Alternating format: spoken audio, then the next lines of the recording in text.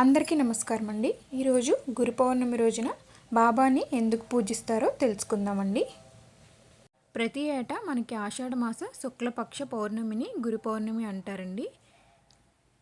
బ్రహ్మ విష్ణు మహేశ్వర త్రిమూర్తుల స్వరూపమే గురువు అని కూడా అంటారండి. గురువుల్లో మొదటిగా వ్యాస భగవానుడు ఉద్భవించాడు. అందుకే వ్యాస పౌర్ణమి గురు పౌర్ణమి కూడా అంటూ ఉంటారు. అయితే ఆది శంకరాచార్యుల్ని గురువుగా ఆరాధించేవారండి చాలామంది ఉన్నారు. అదే గురు పరంపరలో వచ్చినటువంటి ఎందరో యోగులు సిద్ధులు ఉన్నారని, అదే పరంపరలో శ్రీ సమర్థ సద్గురు సాయినాథుడు ఉన్నారని, అందుకే గురు పౌర్ణమి రోజున సాయిబాబాని పూజిస్తారని అంటూ ఉంటారండి.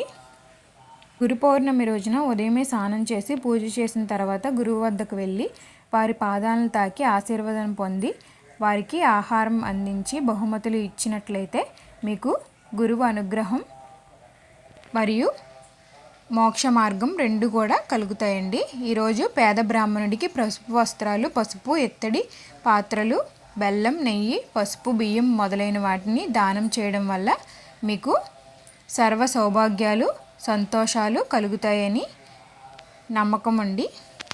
గురు పౌర్ణమి రోజు నాడు జపించాల్సిన మంత్రం వ్యాసాయ విష్ణు రూపాయ వ్యాస రూపాయ విష్ణవే నమోవే బ్రహ్మ నిత్తయే వశిష్ఠాయ నమో నమః.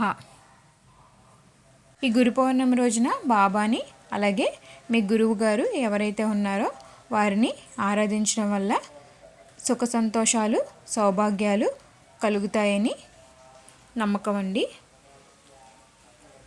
అంతేనండి. ఈ విధంగా మీరు చేసినట్లయితే మంచి ఫలితం అయితే ఉంటుంది. మరి మా వీడియోస్లో కంటెంట్ అంత అనిపిస్తే మా వీడియోస్ని లైక్ చేయండి, షేర్ చేయండి. మరిన్ని వీడియోల కోసం మా ఛానల్ని అయితే సబ్స్క్రైబ్ చేయండి. ధన్యవాదాలు.